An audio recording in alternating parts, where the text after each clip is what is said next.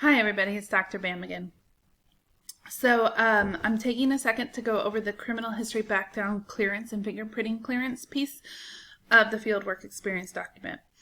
So you should have already seen in your course where it talks about if you have a criminal background, that means some of the more serious misdemeanors and any felonies, you need to probably get in contact with me ASAP to discuss your options. This link right here, if you're in childcare, will give you a list of criminal convictions and will let you know where you fall and if you can go into the childcare centers or if you cannot go into the childcare centers. Be aware that also if you have red flags with the Department of Family Services through CPS, Child Protective Services typically, that can cause issues for working in childcares as well. Please let me know if you have any issues in your background and I will help you.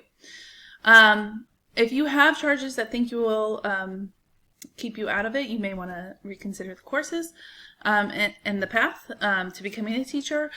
Sometimes students will have small misdemeanors from their juvenile record that still show. You should get those removed or hidden.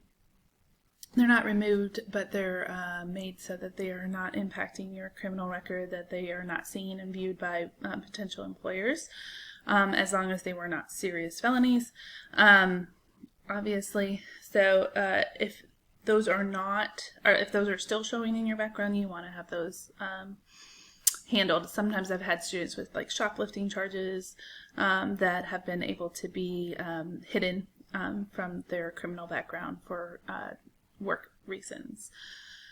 I am the person that you will want to contact if it is a background issue, not your instructor, and my information is there right in that part right there if you need to contact me. Now, we do not do the background checks at Hill College. Why? Because each school, all the private schools, different public school districts, all the child care centers have different requirements for background checking. So even if we checked your background, they're still going to have to check your background and show that they've checked your background. So it's easier for you to go to the programs and check. Now, if you have something in your background that says you cannot be within so many feet of children, please do not go to that center. Contact me first, and we will address that issue before having you go out to any locations. You should still abide by any restrictions placed upon you by the criminal justice system. But if you are good to go and you just need to go to the school, go once you've completed your paperwork at the school, contacted the school, and we're going to talk in a little bit about contacting locations. They should give you information on background checking. If there is a fee attached to the background check, that is your requirement to pay. So we don't see this as much in the school districts, but we do see it more in the child care centers.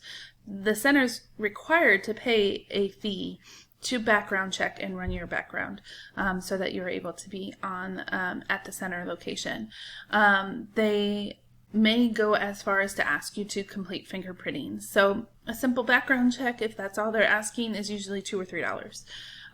The fingerprinting, however, can be upwards of $50 to $60 depending on what company they're using to run their background checks, their fingerprintings. Do know that as a future educator, you're going to have to be fingerprinted at some point in time for your teacher certification license. You don't have to do it yet, though, for observations. So that is the criminal history background clearance and fingerprinting clearance information discussion. Please let me know if you have any questions. My contact information is in that paragraph. I will see you in the next video.